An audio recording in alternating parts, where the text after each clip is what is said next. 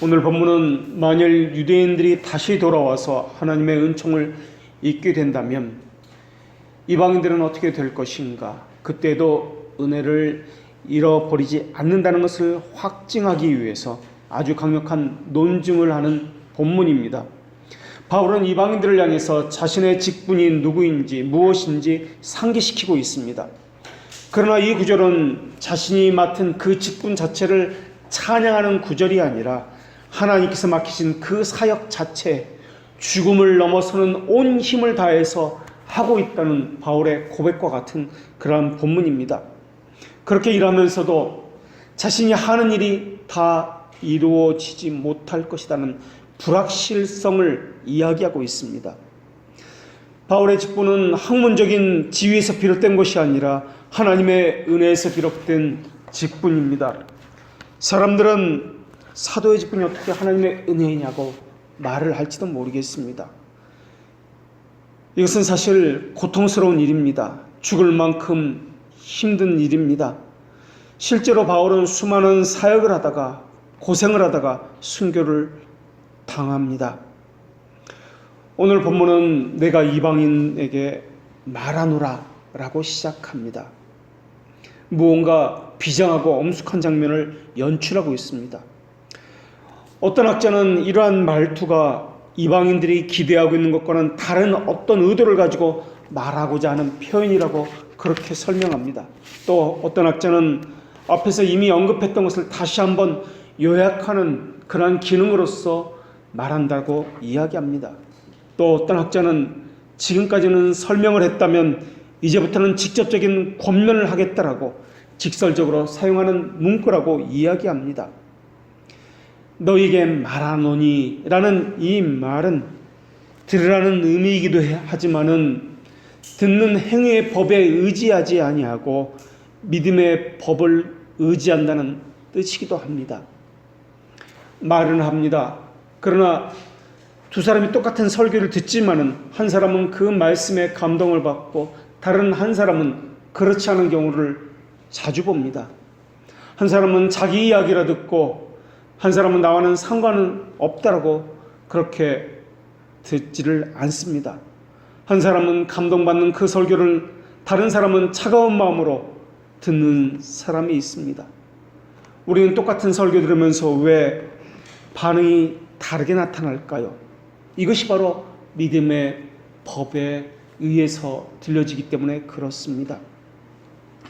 하나님께서는 하나님의 주권적인 지혜로 어떤 사람에게는 하나님의 음성을 듣게 하시는 반면에 어떤 사람에게는 그저 소리에 불과한 것처럼 그렇게 들려지게 한다라는 것입니다.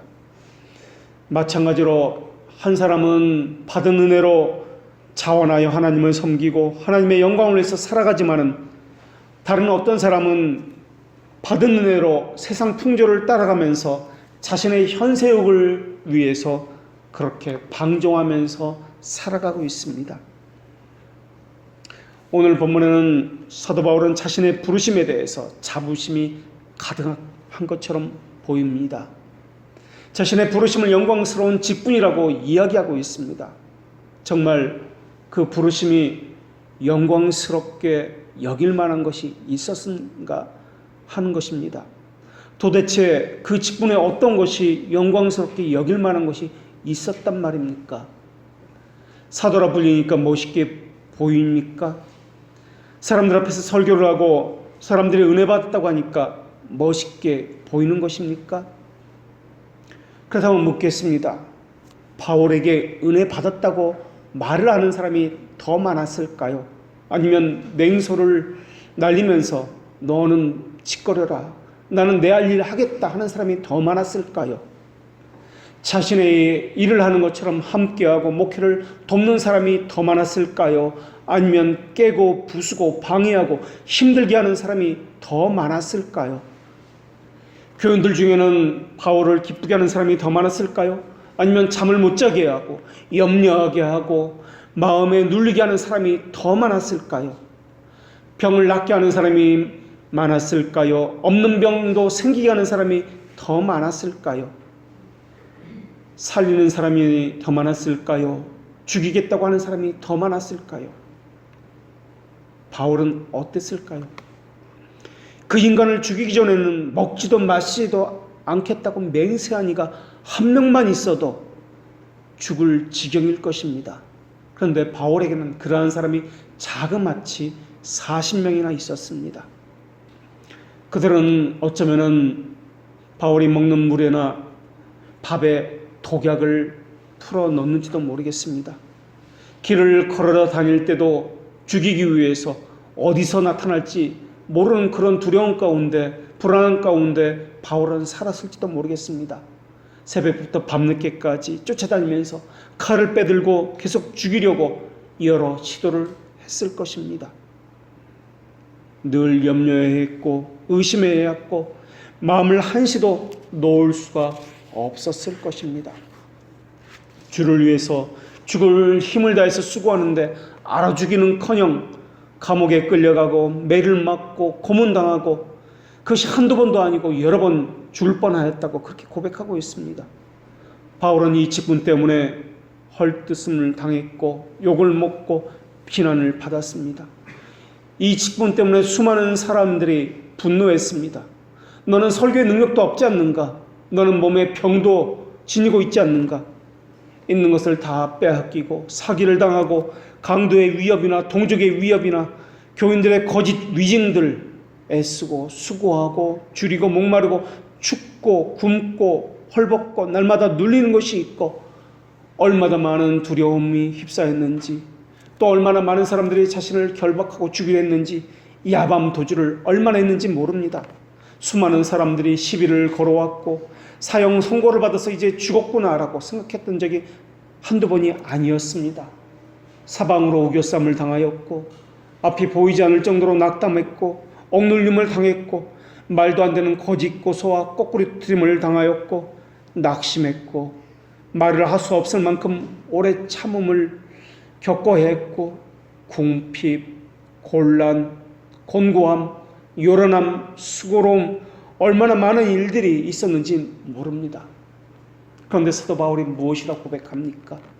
근심한 자 같으나 기뻐하였고 가난한 자 같으나 많은 사람을 부여하게 하였고 아무것도 없는 자 같으나 모든 것을 가진 자였다라고 그렇게 고백하지 않았습니까? 섬김이라는 것은 돈을 가지고 하는 것이 아닙니다. 기도로 돈을 만들어서 섬기는 것이고 또 돈으로서 섬기는 것이 아니라 마음과 뜻과 정성을 다해서 섬기는 것입니다. 돈이 있다고 섬기는 것이 아니라 은혜로 섬기는 것입니다. 그래서 오히려 부자보다도 돈이 없는 사람이 더 많이 섬기고 또한 섬길 수도 있는 것입니다.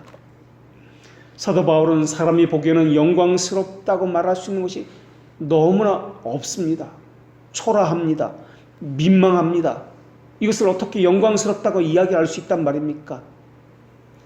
다른 사람들도 사도의 직분을 보고 그렇게 영광스럽다고 말할 수 있을까요? 물론 다른 사람은 다른 사람에게 그렇게 말할 수 있을 것입니다. 만약에 본인이 그 사람처럼 된다면 그것을 영광스럽다고 말할 수 있을까요? 다른 사람에게 하는 말이라면은 그렇게 말할 수도 있을 것입니다. 그런데 자신이 그런 상황에 처해진다면은 날마다 교회를 위해서 염려하는 것이 있다면 교인들을 인해서 눌리는 것이 있다면은 과연 그렇게 말할 수 있을까요? 성경 공부를 없애야 하는가? 이것을 계속해도 되는 것인가? 교인들의 삶이 이래도 되는 것인가? 교회 살림은 어떻게 해야 되는 것인가? 나 혼자 먹고 살기도 힘든데 앞으로 어떻게 해야 하는 것인가? 수많은 것들 속에서 둘러싸여 있다면 여러분이 그 심정이라면 어떻게 하시겠습니까? 하나님의 강력한 손 아래 인내하기 위해서 노력하자고 말하겠습니까? 조금만 더 버텨보자고 말하겠습니까? 너무 조급해하지 말고 하나님을 믿어야 하는 것 아닙니까? 그렇게 말하겠습니까? 내가 살아보고 말하는 것과 그렇게 살지 아니하고 다른 사람에게 말하는 것은 다른 차원의 문제입니다. 신앙의 힘은 자기를 부인하고 자기를 십자가에 못 박는 삶에서 나오는 것이지 생각이나 혀에서 나오는 것이 아닙니다. 나는 못하지만 목사님이 그렇게 하니까, 나는 못하지만 다른 사람은 그렇게 사니까, 나는 안 해도 되겠지. 저 사람들이 그렇게 하니까 그냥 나는 묻어가면 되겠지. 이런 것은 신앙이 아닙니다. 한 것은 한 것이고 하지 않은 것은 하지 않은 것입니다. 수많은 변명과 이유와 핑계를 대지만은 하지 않은 것은 하지 않은 것입니다. 아니 그렇다면 바울은 세디스트입니까? 자기 핍박과 학대를 통해서 그것을 통해서 희열을 느끼고 기쁨을 느끼는 그런 사람입니까? 여러분, 하나님이 하나님을 위해서 자기 자신을 포기하고 고통받는 성도들의 영혼을 안전하게 하신다는 사실이 믿어지십니까? 하나님이 정말 모든 시련에서 하나님의 백성을 구원하신다는 그 사실을 정말 믿고 있습니까? 하나님의 속성이 어떠하시다는 것을 정말 믿고 있습니까? 성경의 말씀을 정말 믿고 있습니까? 머리털까지 헤아리시며 우리의 입을 것과 먹을 것을 주신다는 그 말씀 자체를 믿고 있으십니까? 믿는다면 정말 믿는 그대로 살 것입니다. 믿지 않는다면 하나님 말씀을 거짓이라 여길 것이며 하나님보다도 더 다른 것을 우선 순위에 두고 그렇게 살 것입니다. 하나님을 의지하지 아니하고 하나님의 말씀을 의지하지 아니하고 자기 힘으로 할 수 있다라고 여기며 물질을 의지하며 세상을 의지하며 그렇게 자신의 판단과 자신의 생각을 의지하면서 살 것입니다. 아무것도 없는 막막한 광야에서 이스라엘 백성들은 어떻게 살아갔습니까? 스스로 광야를 찾아가서 살라는 말이 아니라 하나님의 인도하심을 받고 믿은 대로 가르침을 받은 대로 그렇게 살아보란 말입니다. 믿음의 체험이 무엇이며 하나님의 아버지 되심이 무엇이며 최소한 남이 들려주는 것 말고 그것을 앵무새처럼 내 입으로 그렇게 똑같이 말하는 것 말고 자신이 체험하고 확인해 봐야 믿음이 무엇인지 하나님이 어떤 분인지 알 수 있는 것 아닐까요? 우리가 잘 알고 있는 이야기가 하나 있지 않습니까? 세례를 받으려고 하니까 목사님이 믿어야만 세례를 준다고 하니까 며느리가 그 시아버지한테 아버님 세례 받을 때 목사님이 예수님 믿습니까? 물어보실 텐데 물으시면은 믿습니다라고 대답하세요.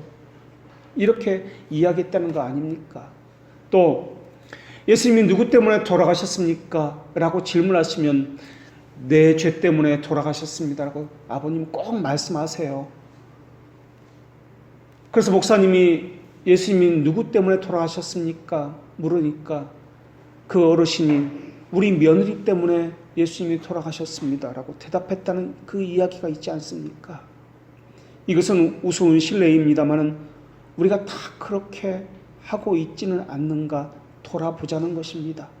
내 신앙이 아니라 남이 들려준 그 신앙 가지고 기계적으로 내 것처럼 그렇게 대답하고 있지는 않느냐 하는 것입니다. 내 고백이 아니라 그것은 다른 사람의 고백 아닙니까? 내가 체험한 것이 아니라 다른 사람이 들려준 것 아닙니까? 내가 내 입으로 다른 사람이 들려준 것을 말을 하니까 마치 내 고백인 것처럼 생각하고 사는 것 아닙니까? 자기 말로 하지 못하는 것은 내 신앙이 아닙니다. 기독교 신앙이라는 것은 학교에서 배워서 되는 것이 아닙니다. 총알이 빗발치는 생사가 갈리는 전쟁터에서 배우는 것이 신앙입니다. 그래서 삶을 살수록 풍부해질 것이며 나눌 것이 많아지는 것입니다. 그리고 그렇게 전쟁터에서 살아갈 때 전하지 않고는 견딜 수 없는 수많은 이야기들이 생겨나는 것입니다. 또 박해를 생각할 때 총칼로 죽이는 것이나 정적인 박해가 있어야만 박해라고 생각하는 것 또한 천박한 생각입니다. 민주주의보다 더 좋은 제도가 있다 할지라도 참으로 경건하게 생활을 하고자 한다면, 바른 신앙을 갖고자 한다면 누구든지 박해를 받게 되어 있습니다. 유명한 사람이 아니어도 그렇습니다. 이름이 없는 사람이어도 그렇습니다. 그리스도 안에서 살고자 하는 사람이라면 그가 누구든지 박해와 핍박을 받게 되어 있습니다. 물론 박해와 핍박을 받는 것이 바른 신앙이냐 꼭 그런 것만은 아닙니다. 박해가 신앙의 바로미터도 아닙니다. 그러나 적어도 경건하게 살고자 할 때, 바른 신앙을 갖고자 할 때 외로움을 느낄 것이며 세상으로부터 따돌림을 받게 될 것이며 또한 조소를 받을 수밖에 없습니다. 핍박과 박해는 사람에게서만 오는 것이 아닙니다. 물질이라든지 인간관계라든지 수많은 것을 통해서도, 환경적인 것을 통해서도 배운 바대로 살지 못하게 그렇게 방해할 것입니다. 우리 주님이 무엇이라고 말씀하셨습니까? 우리의 가장 큰 원수가 누구라고 우리 주님께서 말씀하셨습니까? 형제가 형제를, 아버지가 자식을 죽는 데 내어주며 자식들이 부모를 대적하여 죽게 하리라 라고 말씀하지 않았습니까? 계속해서 이어서 주님께서는 원수가 누구라고 말씀하셨습니까? 자기 집안 식구다라고 말씀하지 않으셨습니까? 더군다나 예수님께서 이 땅에 오신 것은 사람이 그 아버지와 아들이, 딸이 그 엄마와 며느리가 그 시어머니와 불화하려 오셨다고 말씀하셨습니다. 그러므로 내가 세상에 화평을 주러 온 줄로 생각하지 말라. 화평이 아니요 검을 주러 왔노라 라고 말씀하셨습니다. 믿으면 평화가 깨진다 라는 것이 주님의 말씀이었습니다. 결정적으로 하신 말씀이 또 무엇입니까? 아버지나 어머니를 나보다 더 사랑하는 자는, 남편이나 아내를 하나님보다 더 사랑하는 자는 내게 합당하지 아니하고, 아들이나 딸을 나보다 더 사랑하는 자도 내게 합당하지 아니하느니라 라고 말씀하셨습니다. 신앙을 방해하고 하나님의 뜻대로 하려고 하는 것을 가장 방해하는 사람은 먼 곳에 있지 않습니다. 가장 가까운 곳에 있습니다. 가나안 땅 앞에서 세상을 택하든지 하나님을 택하든지 둘 중에 하나를 결정해야 하는 중요한 선택 앞에 놓여 있었습니다. 여러분이라면 무엇을 선택하겠습니까? 자신의 육신의 평안을 위해서 세상을 선택하겠습니까? 아니면 육체적인 고난과 핍박과 공고가 있다 할지라도 하나님을 선택하겠습니까? 하나님의 말씀입니까? 세상의 풍조입니까? 아니면 자신의 판단과 생각입니까? 하나님이 명하시는 말씀입니까? 믿는 사람이 가져야 되는 마땅한 참된 믿음의 자세는 무엇입니까? 자기 목숨을 얻고자 하는 자는 잃을 것이요 나를 위하여 자기 목숨을 잃는 자는 얻을 것이다 라는 말씀을 기억해야 하는 것 아닐까요? 이런 요구가 벅차시라고요? 나는 이 정도면 잘하고 있다라고 생각하신다고요? 그렇다면 여기에 와야 할 이유가 없을 것입니다. 자기 판단대로 자기 마음대로 하고자 하신다면 그러한 생각들을, 판단들을 받아주신 것을 찾아서 그렇게 신앙생활을 하시면 됩니다.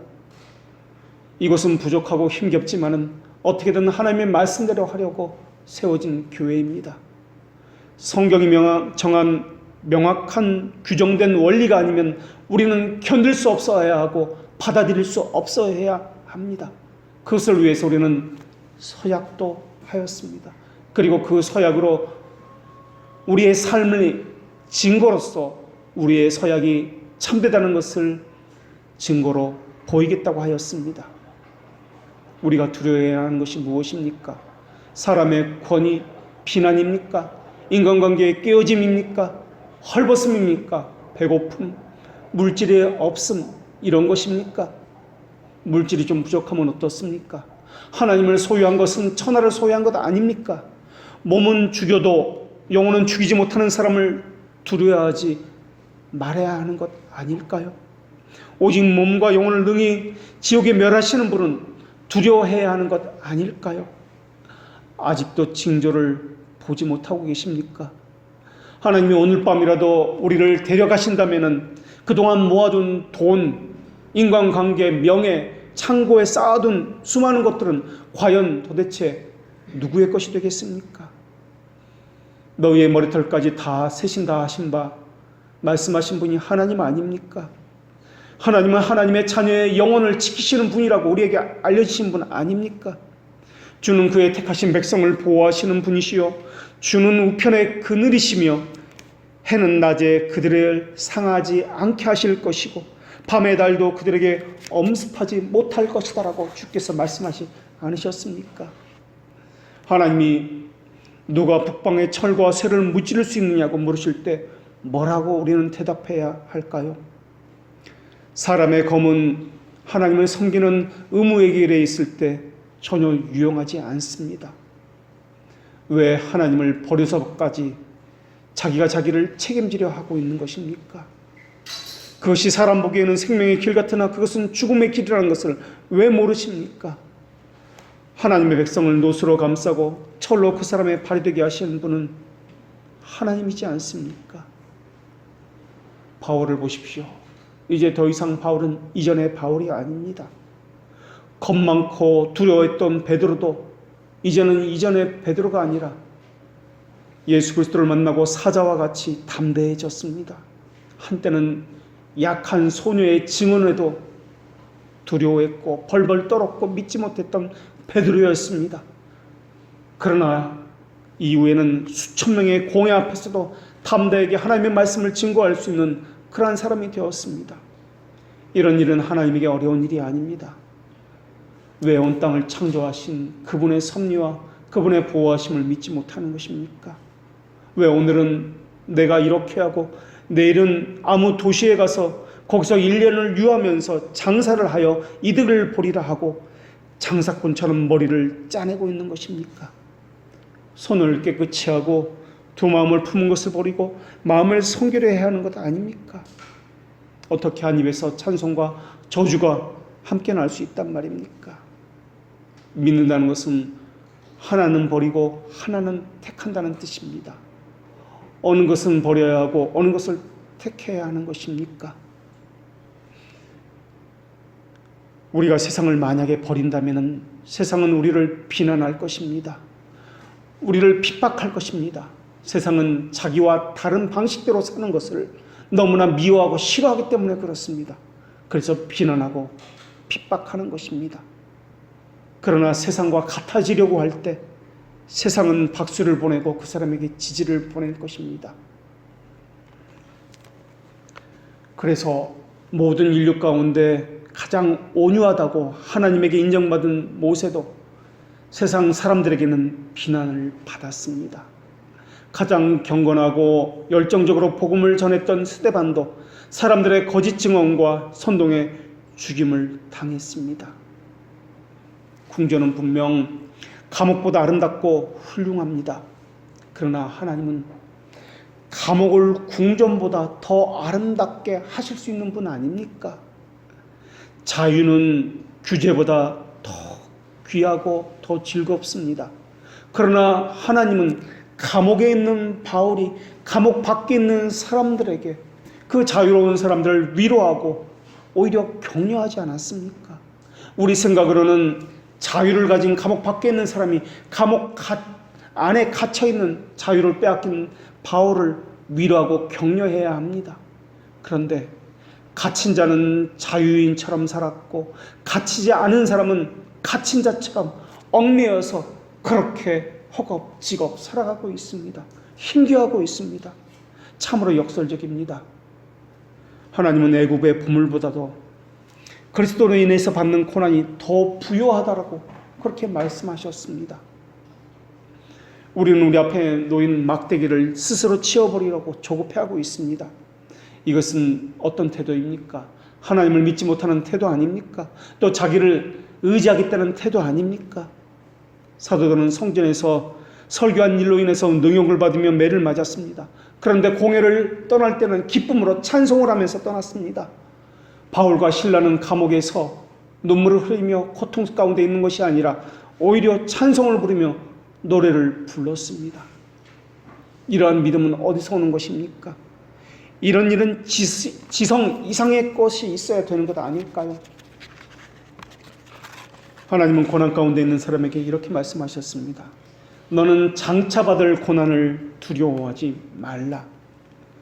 사도의 직분은 고난의 직분이 맞습니다.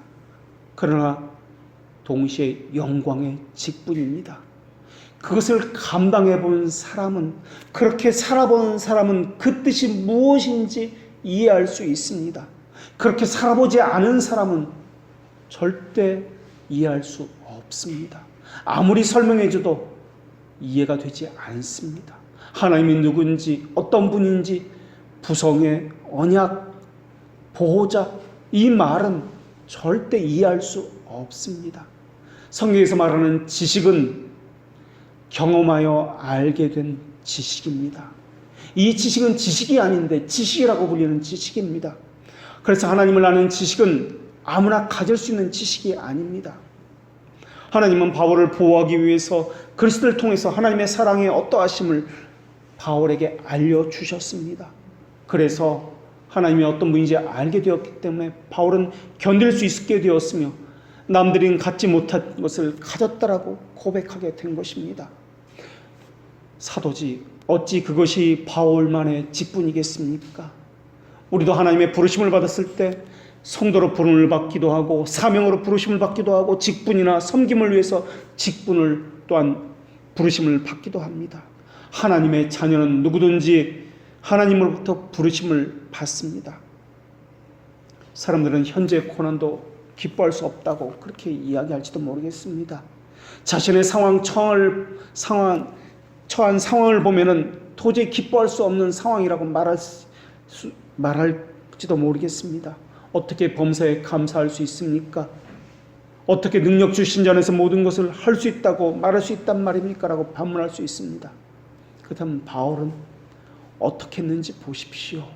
아니, 바울만이 아니라 우리 신학의 선배들은, 그 수많은 그 사람들은 어떻게 살아왔는지 보십시오. 약할 때 오히려 강한 된다라고 고백하지 않았습니까? 왜냐하면 그리스도의 힘은 우리의 약한 가운데 온전해지기 때문에 그렇습니다. 아무리 수많은 적들이 잔인하게 무서운 사자처럼 우리를 죽이려고 하고 조그마한 자비도 없이 우리를 위협한다 할지라도 거기에도 여전히 주가 우리와 함께 하시지 않습니까?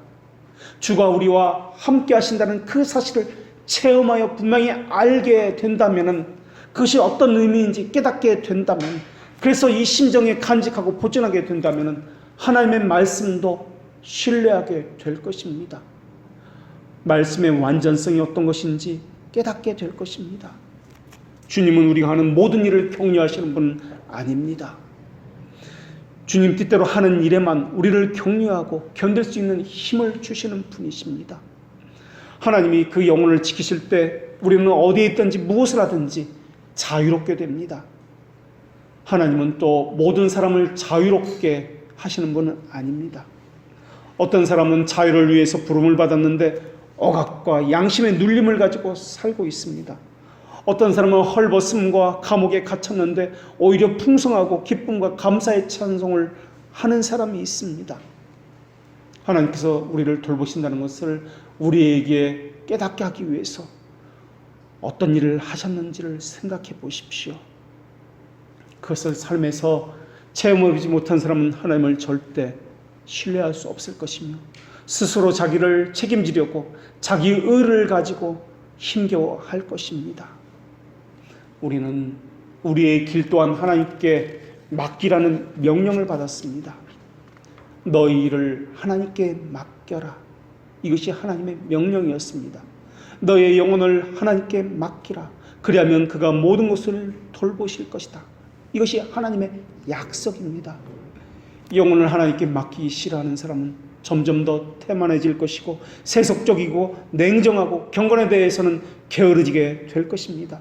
점점 더 무감각해질 것이고 지겨워할 것이고 재미도 없고 몸은 비비꼬고 빨리 시간만 지나가라 겨우 견디다가 나중에는 교회가 뭐고 신앙이고 다 버리고 떠나가게 될 것입니다. 바울이 가진 사도의 직분은 두 가지 것으로 구성되어 있습니다. 하나님의 뜻과 하나님의 뜻대로 행하는 것을 포함하고 있습니다. 이것은 바울만이 아니라 모든 신자가 동일합니다. 신자는 하나님의 부르심을 받았기 때문에 그렇습니다. 그래서 만약에 내게 고난과 핍박과 어려움과 고통이 있다면 이것을 하나님의 영광과 연관지어야 할 것입니다. 사탄은 신앙인의 거대한 적입니다. 사탄은 사람뿐만 아니라 위정자를 통해서, 가족을 통해서, 물질을 통해서, 인간관계를 통해서 하나님께 나아가고자 하는 것을 방해하는 영을 계속 보내고 있습니다. 이렇게 하는 이유는 그 사람으로 하여금 하나님으로부터 분리시키고자, 진리를 혼란시키고 미혹을 일으키게 하기 위해서입니다. 하나님께 가까이 나아가지 못하도록 하기 위해서입니다. 그래서 그 사람은 하나님의 말씀을 멀리할 것이고, 말씀을 들어도 믿어지지 않을 것이며, 계속해서 견고하지 못할 것이고, 유동하는 바람에 의해서 흔들릴 것입니다. 몸과 마음은 계속해서 요동칠 것입니다. 마음과 애착을 다스려야 하건만 영살리기를 하지 않으니 죄주기를 할 수 없을 것입니다. 기독교인들은 고난받을 때 자기 의지와 동의로 고난도 함께 받아야 할 줄 알아야 합니다.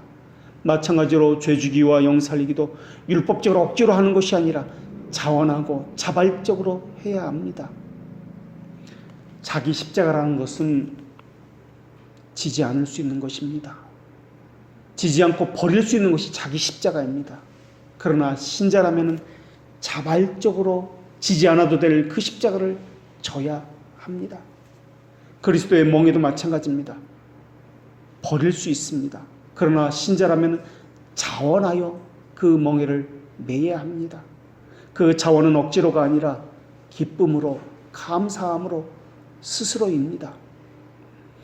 사람의 동의하는 마음에는 반드시 어떠한 고통도 있을지도 모르겠습니다.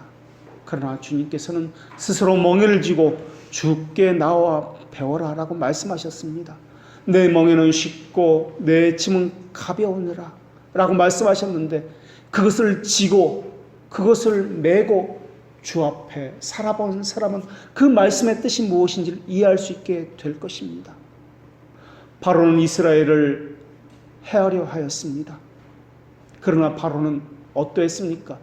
이스라엘의 그 옷자락, 헝겊의 그 조각이라도 실조차 만질 수조차 없었습니다. 세계 최고의 권력자가 왜 죽이려고 했던 그들을 죽일 수 없었습니까? 하나님의 뜻이 바로가 하려는 일을 용납하지 않았기 때문에 그렇습니다. 사울은 다윗을 죽이려고 수천의 군사를 풀어서 다윗을 잡으려고 했습니다. 그러나 사울은 다윗을 볼 수조차 없었습니다. 같은 공간에 있었지만은 사울은 다윗을 보지 못했습니다. 다윗은 사울은 보았지만, 왜냐하면 하나님은 다윗을 통해서 다른 계획을 가지셨기 때문에 그렇습니다. 아수르 장군 랍사게는 유다 사람들을 멸하고 욕을 보이기 위해서 배설물을 먹게 하기 위해서 했으나 화살 하나도 그들을 향해서 쏘지 못했습니다. 예레미야와 바룩의 적대자들은 예레미야와 바룩을 죽이려고 했으나 절대 그럴 수가 없었습니다. 왜냐하면 하나님께서 그것을 허락하지 않았기 때문에 그렇습니다. 얼마나 많은 유대인들이 예수님을 죽이려고 했는지 모릅니다. 그러나 그분의 시간이 오기 전에는 그 누구도 예수님의 머리카락 하나도 건드릴 수가 없었다는 것을 우리가 잘 알고 있습니다. 모든 삶과 죽음과 고난과 자유나 이 모든 것은 전적으로 하나님의 뜻 안에서만 결정된다는 것을 우리가 잘 알고 있습니다. 운과 우연은 없습니다. 모든 것이 하나님의 뜻 가운데 있습니다. 이것을 직접 경험하여 아는 지식을 갖지 못하면 이런 소리는 다른 나라의 언어 소리로 들려지게 될 것입니다. 너는 너대로 살아라. 나는 나의 방식이 있다. 라고 말을 할 것입니다. 그러면서 겨우 남이 들려주는 말을 앵무새처럼 흉내내는 것 외에는 없을 것입니다. 이것은 내 신앙이 아닙니다. 내 믿음이 아닙니다. 오죽했으면 하나님께서 온전한 11조를 창고에 들여서 나를 시험하여 보라라고 말씀하셨겠습니까? 모세와 엘리야가 거룩한 산에 나타났을 때 그들은 예수님께서 예루살렘에서 겪어야만 하는 고통들에 대해서 이야기했습니다. 예루살렘은 예수님께서 고난받고 또한 죽음을 당하도록 예정된 장소였습니다. 거기에서 그 예루살렘에서 예수님의 순환의 전부가 이루어져야 했습니다. 고통받기 위해서 지명된 골고다 언덕은 이 장소보다 하나님의 진리가 더 잘 드러나는 장소가 없기 때문에 하나님께서 정하신 장소였습니다. 그리스도께서도 선지자가 예루살렘 밖에서는 죽는 일이 있을 수 없다라고 말씀하셨습니다. 그렇다면 왜 꼭 그곳에서만 고난을 받아야만 합니까? 예수님을 죽이겠다고 한 사람이 그 예루살렘에만 있어서입니까? 왜 바울은 로마에서만 이어야 합니까? 다른 곳에서는 바울을 죽이겠다고 한 사람이 없어서입니까? 왜냐하면 다른 곳에서는 안 되기 때문에 그렇습니다. 그것이 하나님이 정하신 것이고 필연이기 때문에 그렇습니다. 보십시오. 바울을 죽이겠다고 한 40명의 결사대가 있었습니다. 그들이 바울의 그 손끝 하나 만질 수 있었습니까? 아닙니다. 하나님이 정하신 때, 하나님이 정하신 방법에 의해서만 바울은 죽어야 했습니다. 예루살렘에 예수님의 적들을 그 예루살렘만 있었던 것은 아닙니다. 얼마나 많은 적들이 여기저기 있었는지 모릅니다. 그러나 꼭 예루살렘이어야만 했습니다. 하나님께서 지정하셨기 때문에 그렇습니다. 언제 누가 어디서 어떻게 고난을 받아야 하는지 하나님이 정하신 뜻에 달려있기 때문에 그렇습니다. 만약에 그것을 알고 있다면 그 전에 내게 무슨 일이 있다 할지라도 죽지 않는다는 확신이 있을 것입니다. 그렇다면 예루살렘에 가기 전까지는 어떻게 했을까요? 무척이나 담대했을 것입니다. 바울이 그런 체험을 가지고 확신 가운데에서 사역을 했다면 바울의 심정은 어땠을까요? 자신을 죽이려고 로마 외의 지역에서 자신을 죽이려고 했던 사람들을 향해서 너희들은 나를 못 죽인다 라고 생각했을 것입니다. 너희들이 아무리 이를 갈고 나를 죽이려고 한다 할지라도 나는 여기서 죽을 수 없다 라고 담대했을 것입니다. 이때 바울의 사역과 그의 설교는 어떠했을까요?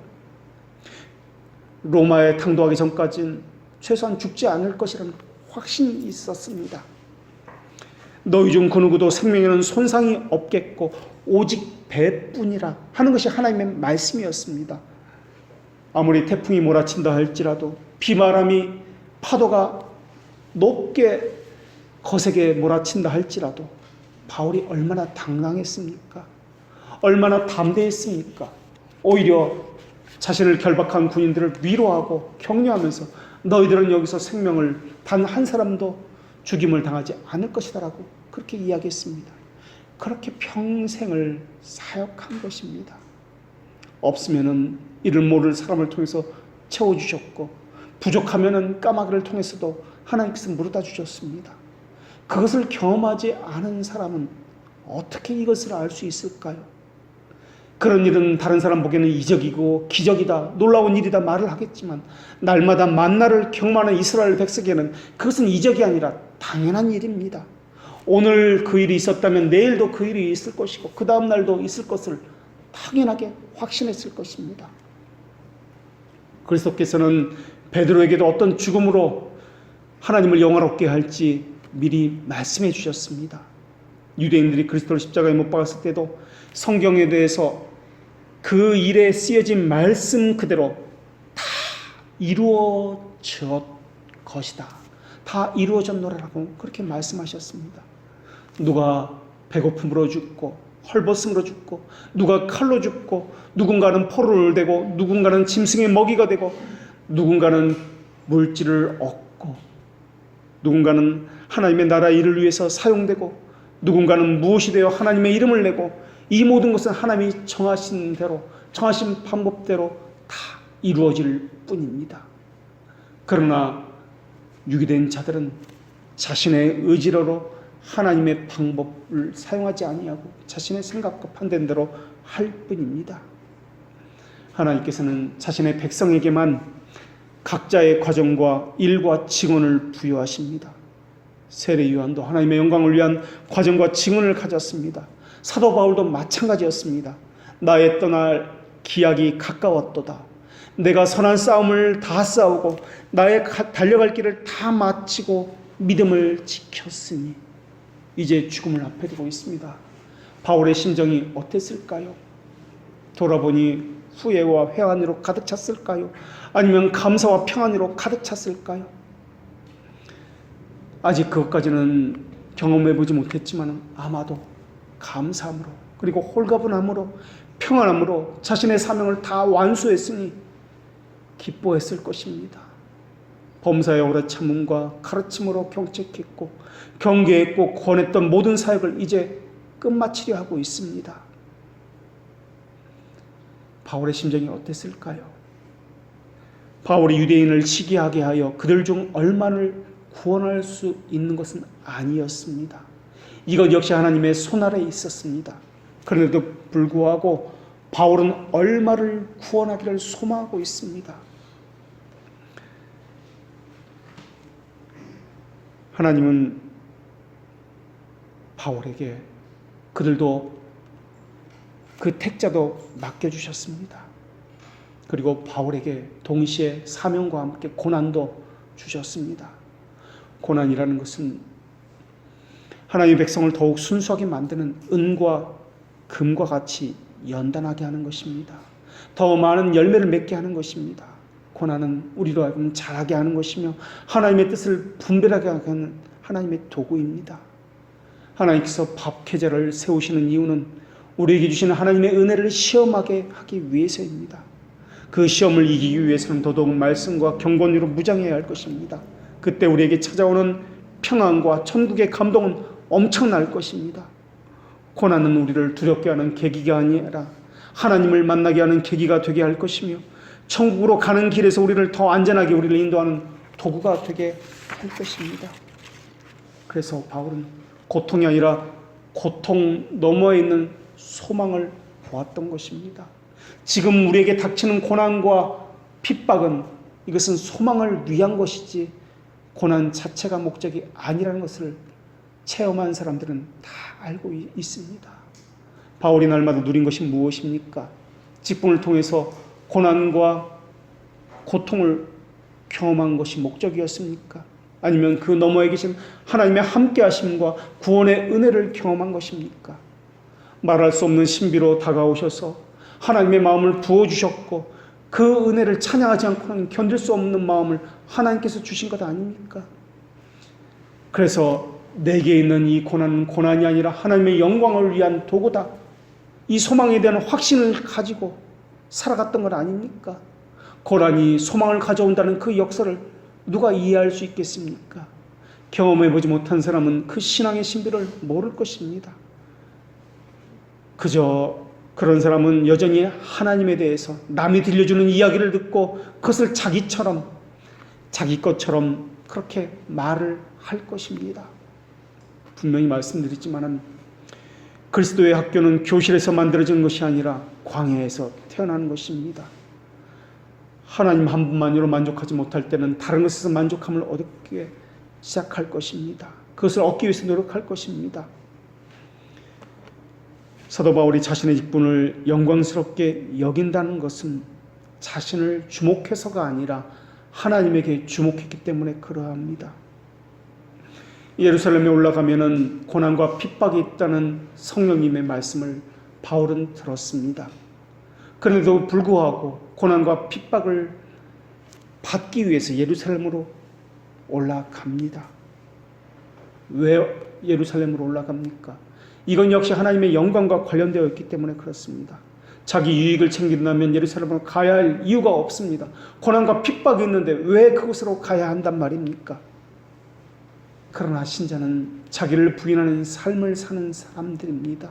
하나님의 영광을 위해서 사는 사람들입니다. 그래서 예루살렘으로 가도 죽지 않는다는 확신이 있었습니다. 하나님께서 나와 함께 하신다는 확신이 있었습니다. 그리고 예루살렘에 올라가서 복음을 증거한다는 이 영광이 자신의 소명이기 때문에 그 직분의 소명을 위해서 예루살렘으로 올라갔던 것입니다. 하나님의 계획과 목적이 그것을 원하셨고 하나님의 뜻대로 하나님의 뜻이 다 이루어졌습니다.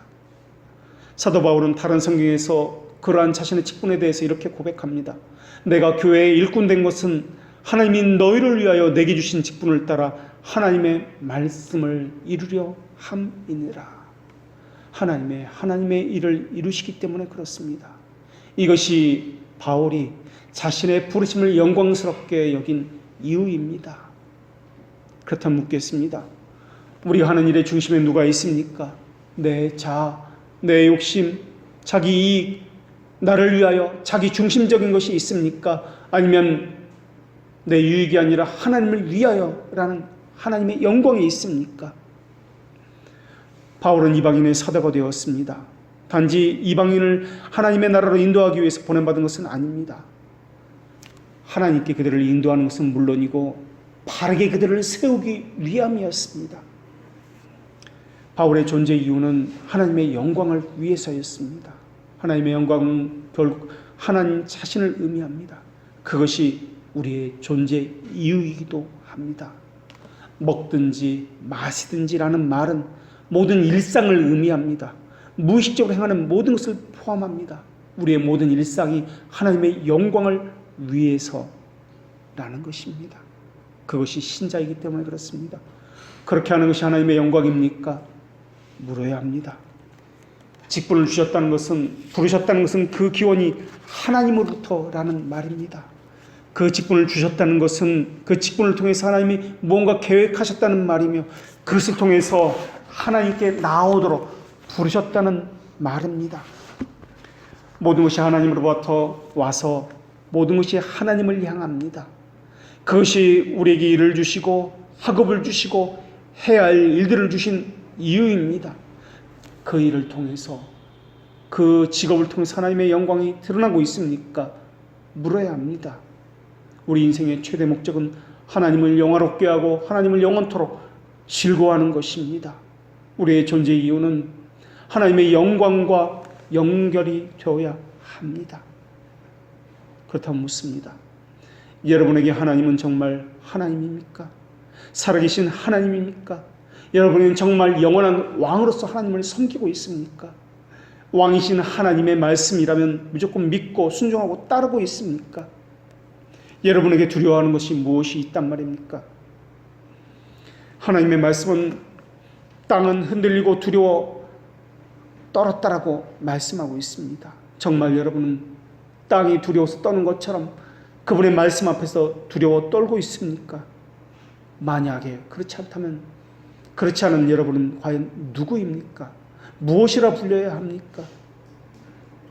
성경은 하나님에 대해서 말을 오르시고 그의 발의 먼지에 해당하는 구름을 가지고 계시며 바람을 날개 삼아 타고 다니시는 분이라고 말씀하고 있습니다. 그것을 믿습니까? 죽을 때까지 하나님이 우리의 안내자가 될 것이라고 믿고 있습니까? 여러분이 교회를 대하는 것처럼 여러분의 직장이나 학교에서 여러분이 하는 일에서 똑같이 그렇게 해보십시오. 직장 상사나 교수님이나 자기와 이해관계가 있는 사람이, 거래처 사람이 자신에게 어떻게 이야기할까요? 사람의 눈을 거스르기 싫어하고 눈치를 보고 두려워하고 불이익을 당할까 정정긍긍한다면, 사람에 대해서도 그러한다면 천지의 주제이신 하나님 앞에서 우리는 도대체 어떻게 해야 하는 것입니까? 하나님께서는 지금 이 순간도 말할 수 없는 현세욕으로서 인생을 낭비하고 살아가는 수많은 사람들을 보고 계십니다. 만약에 그들이 하나님의 자녀라면 간섭할 것이요, 하나님의 자녀가 아니라면 그냥 내버려 두실 것입니다. 자신이 고백하는 신앙의 근거를 이해하는 사람들은 도대체 어디에 있는 것입니까? 자신의 삶으로 자신의 고백이 진실하다고 증언하는 사람은 도대체 어디에 있는 것입니까? 창조 당시에 가졌던 원의, 의지의 올곧음, 하나님을 향한 올바른 자세는 도대체 어디에 있는 것입니까? 사도 바울이 자신의 직분에 대해서, 부르심에 대해서 자부심을 가진 것처럼 우리가 하나님의 부르심에 대해서 자부심을 가질 수는 없는 것일까요? 누구에게든 저렇게 사는 것이 신앙입니다 라는 모범은 줄 수 없는 것일까요? 사도라는 직분과 그것을 영광스럽게 여겼다는 말은 헛된 영광을 구하지 않았다는 말입니다. 신자의 모든 부르심은 사도적입니다. 특별한 사람만 그것을 감당하는 것이 아니라 신자는 누구든지 각자에게 주어진 직분이 있고 부르심이 있습니다. 그러나 상황은 다 다르지만 하나님의 영광이라는 목적은 모두가 동일합니다. 그래서 사도 바울은 자신의 주도권이 자신에게 있지 아니하고 그 주도권을 하나님이 가졌다라는 것을 오늘 본문을 통해서는 이렇게 고백합니다. 그들 중에서 얼마를 이라고 말입니다. 사도 바울은 자신의 사역에 대해서 과대평가하지 않습니다. 하나님이 이끄실 때에만 할 수 있다라는 뜻을 가지고 있습니다. 얼마라는 말은 겨우 몇 명이라는 뜻입니다. 이는 다른 말로 택자라는 뜻일 것입니다. 남은 자라는 뜻일 것입니다. 아무쪼록 부디 원하옵기는 여러분 가운데도 얼마를 후원받게 하고 싶습니다. 주님께서는 멸망으로 인도하는 길에는 너무나 사람들이 북적거리지만 생명으로 이끄는 그 길을 가는 사람에게는 아주 적다고 말씀하셨습니다. 지옥의 문은 너무나 넓게 입을 벌리고 있습니다. 허다한 무리를 삼켜 멸망에 빠뜨릴 모든 준비를 다 하고 있습니다. 지옥에 가는 일은 희귀한 일이 아닙니다. 오히려 천국에 가는 길이 아주 희귀한 일입니다. 다 죄를 버릴지라도 나는 언제든지 버리지 않겠다고 고백했던 베드로를 생각해 보십시오. 자신의 불리한 상황이 처해지자 자신의 고백이 거짓이었다는 것이 드러났습니다. 자기 유익에 따라 카멜레온처럼 수시로 변신했습니다. 그리스도의 십자가를 생각해 보십시오. 왜 십자가를 그분이 지셔야 했습니까? 그것이 자신의 사건으로 받아들이는 사람은 결코 자신을 위해서 살 수가 없을 것입니다. 올곧을 것입니다. 항상 기준은 분명할 것입니다. 나를 위한 하나님의 목적이 무엇인지를 먼저 생각할 것입니다. 그리스도 안에서 소망을 가지게 되면 될수록 죄에 대한 여러분의 애통은 더욱 커질 것이며 여러분에게 주어진 은혜의 크기가 어떠한지도 깨닫게 될 것입니다. 슬퍼하고 회오하고 뉘우치는 각성 마음과 함께 믿지 않는 이들을 향한 불붙는 마음에 복음을 전하지 않고는 견딜 수 없어 할 것입니다. 하나님의 자비는 무한합니다. 속지 않는 그리스도의 공로도 무한하십니다. 성령님의 권능도 무한하십니다. 복음의 초청의 말씀도 보편적이며 하나님의 자녀라면 반드시 듣고 응해야 합니다. 하나님은 어떤 사람은 부르셨습니다. 그리고 어떤 사람은 내버려 두셨습니다. 그리고 그 부르심에는 반드시 이유가 있을 것입니다. 그리고 이곳에서 우리를 만나게 하신 것도 반드시 이유가 있을 것입니다. 구속받은 사람은 주인이 없는 사람이 아니라 주님을 주인으로 모시고 있는 사람입니다. 주인을 모시고 있는 사람은 자기 주인의 말만 들으며 그 주인에게만 순종합니다. 우리의 주인은 누구입니까? 자기 유익, 자기 판단, 자기 육체의 본성, 현세욕이 우리의 주인입니까? 아니면 하나님이 우리의 주인입니까? 우리가 내 자신의 것이 아니라 하나님의 것이라면 우리는 어떻게 우리 자신을 사용해야 하는 것입니까? 우리는 자기 영광을 위해서 사는 사람이 아니라 하나님의 영광을 위해서 부름받은 사람 아닙니까? 우리가 하나님의 소유라는 인식을 늘 가지고 있다면 하나님의 만족, 하나님의 돌보심에 사랑에 우리는 만족하게 될 것입니다.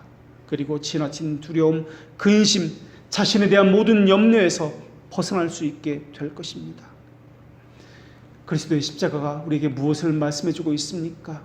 십자가의 삶을 살라고 말씀해주고 있지 않습니까? 정과 욕심을 십자가에 못 박으라고 말씀해주고 있지 않습니까? 여러분은 정말 누구입니까? 정말 여러분은 하나님의 영광을 위해서 부름받은 사람입니까? 여러분은 정말 하나님의 영광을 위해서 살고 있습니까? 기도하겠습니다.